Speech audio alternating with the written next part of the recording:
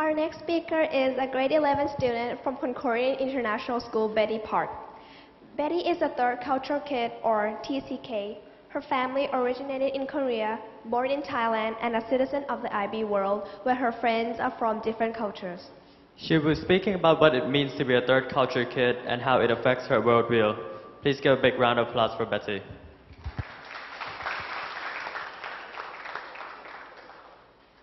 Hi everyone.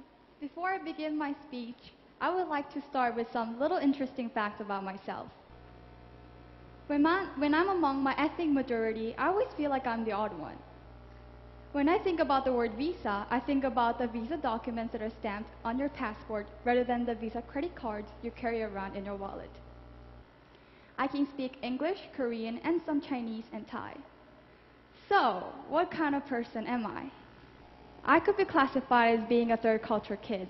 A third culture kid refers to someone who has their parents' culture as their home culture, but who had spent most of their childhood in another country, their host culture. So the combination between the two will result third culture. In my case, I have Korean passport, but I spent most of my childhood in Thailand. So how did this all begin? Let's rewind back 10 years from now on. I think I was around 6 years old back then. And I remember talking to my mom about how my day was, just chit-chatting like how a 6-year-old girl would do. But then I felt something different about the air.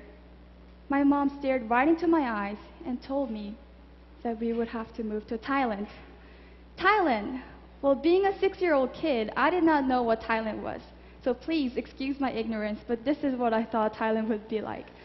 Well, this explains how I had no clue what Thailand would be like. So anyways, I stepped my first step into the Thai airport and I could feel the hot, humid air greeting me. And I could see the unfamiliar scriptural writings of beautiful Thai language. And the strong spices of Thai food also astounded me as well. But living in Thailand for 10 years, it all just became part of me. Back in Korea, I remember learning about Korean fan dancing. But coming to Thailand, I was able to appreciate different forms of expressions of arts, religion, and emotions. And I was lucky enough to savor the mouth-watering, delicious Thai food every day of my life in Thailand. And I also came to realize that traffic on Friday nights in Bangkok are inevitable. So overall, my experience in Thailand was just amazing. It was a great adventure. However, I also had to go through some hardships along with Thailand. This is a picture of Central World burned down. When I first saw this picture, I thought that as a foreigner, I should just let this political unrest pass by and just be neglectant about it. But I have Thai friends and I talked to them about current events. And I asked them questions out of curiosity. What's happening to Thailand? What's happening to us? And we carried on with our conversation so casually and so cordially that I did not realize that perhaps I was using the wrong pronoun, us. And that was the aha moment for me. I realized that I was putting myself into the Thai's shoes. I was relating myself to the Thai's perspectives. And this happened a few months before the incident that I showed in the previous slide. A Korean naval ship sunk down and about 50 brave soldiers lost their lives. And although I was watching through a small screen of TV, I could feel the pain and the agony of the parents who just lost their sons. And although I was about 4,000 kilometers away from South Korea, I could feel the emotions. So from these two events, I realized that I could relate to both cultures. But I also realized that I did not own any of those two cultures. I couldn't perfectly say that I was a perfect Korean, neither could I say that I was a perfect Thai. So I was in the middle of confusion, and I recalled back this competition that I attended a few years back called Junior Achievement Competition. My sister and I represented Thailand because we were being educated in Thailand. And we've met some Korean teams who were consisted of Koreans. Because this was an international round, teams from different countries attended this event. So we had a pleasant talk together. It was fun talking with them. And in terms of outer appearance, we were just same people. We spoke the same language, we looked alike, we were just same people. But when we actually talked to each other, differences started to reveal.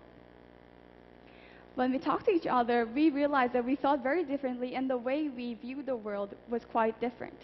In fact, they jokingly told us that we were like aliens, like foreigners. So from that event, I reflected it over, and I thought and wondered myself, am I really an alien? What exactly was I? So I started a small little journey myself. Firstly, I went to my parents and asked them questions about Korean cultures. And then I went to my Thai friends and asked them about Thai cultures. And of course, I utilized the search engines and got tons of information out there in Google. And sometimes when I was among the crowd in Thailand, I wondered, do I belong to one of them? But I could not find the answer that I wanted until I started not too far away, but with myself. I realized that as long as I felt like I was at home in my own skins, I could be at home everywhere I went. So our home would not be restricted by borders, but it would include the whole globe. Because before we classify others as being Thais, Americans, British, and whatnot, I realized that we were just beings living in the world together, like inhabitants of the planet Earth, Earthians. So, I think that the very difficult question for third culture kids to answer is, where are you from? Because it would take them about a few minutes for them to answer this question, to explain how they were born from here, but they had moved there when they were little, how their parents were from another countries, and would go on and on. It was mandatory for us to cope with changes. And the worldview. I believe that we third culture kids have different worldview from the monocultural people. Because we were exposed to different variety of cultures, we could sort of pick and choose and integrate what is best and come up with new, unique ways of thinking. So, I would like to relate myself to the water cycle. The rain falls, and the raindrops falls to the ground, and then the raindrops evaporates back and joins the clouds again and travel all around the world. And when I saw this, I thought, hey, that's like us, the global nomads. We're more like free spirits traveling all around the world, and we can have this inner confidence that wherever we are, we could survive and create home. So I would like to send this message to all third culture kids around the world that our home might be nowhere, but it could be everywhere. Thank you.